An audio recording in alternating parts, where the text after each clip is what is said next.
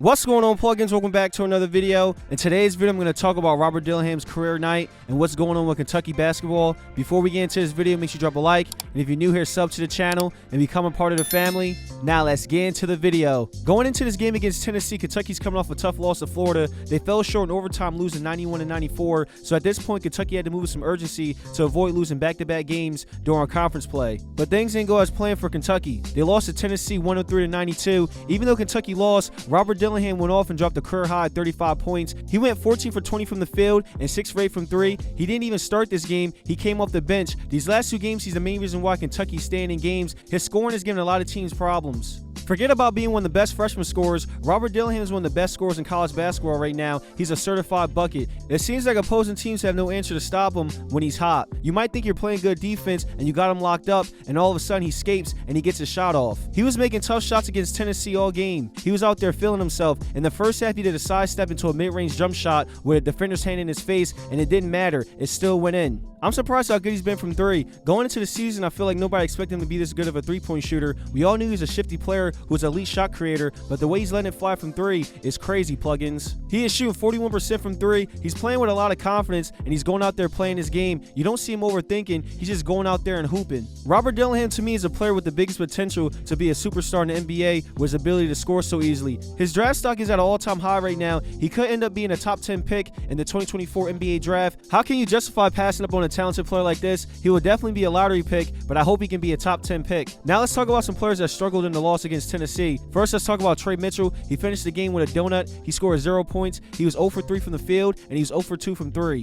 The last two games, he has been struggling to score the ball. He has been a consistent player for Kentucky all season, so most people are shocked to see him struggle like this in back-to-back games. Aaron Bradshaw really couldn't get anything going on offense against Tennessee. He had 2 points, and he was 1 for 2 from the field, but in the last 5 games, he's not been looking good. I don't know what's going on, but he's been struggling to score the ball. In back-to-back games, he only scored 2 points, but he's not taking that many shots. Kentucky needs to run more plays for him and get his confidence back on offense. He's a great scorer. He can get it done in the paint, and sometimes he can step out and knock down shots from the perimeter. So I feel like he needs to start taking more shots, but y'all let me know what y'all think in the comments. Now let's talk about what's going on with DJ Wagner and why he hasn't played the last 2 games. DJ Wagner has been sidelined with an ankle injury. From the reports I've seen, he has been nursing an ankle injury for a few weeks, and Coach Kyle wants him to rest and get healthy. Remember, he did have an ankle sprain and came back fast for the game against Penn, and that game was in early December, so that ankle was never fully healed. So it's better to rest him now and make sure he's ready for the NCAA tournament when it matters the most. Coach Kyle said he's expecting DJ Wagner to play sooner than later. He also said his ankle was really bothering him lately, and he wants him to get healthy. Hopefully he doesn't sit out a lot of games. They could just rest him till February 17th so he can play against Auburn.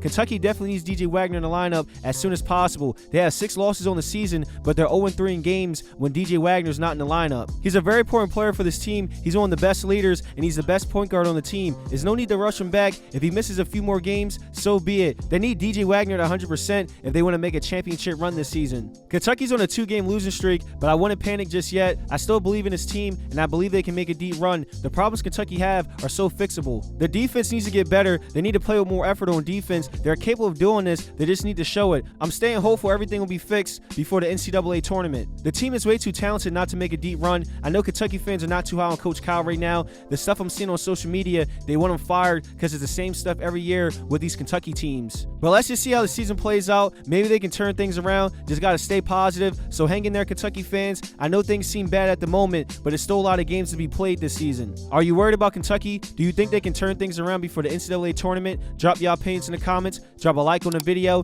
and sub to the channel. Turn on post notifications so you know when I post. I appreciate y'all, and I'll see you in the next video. Till next time.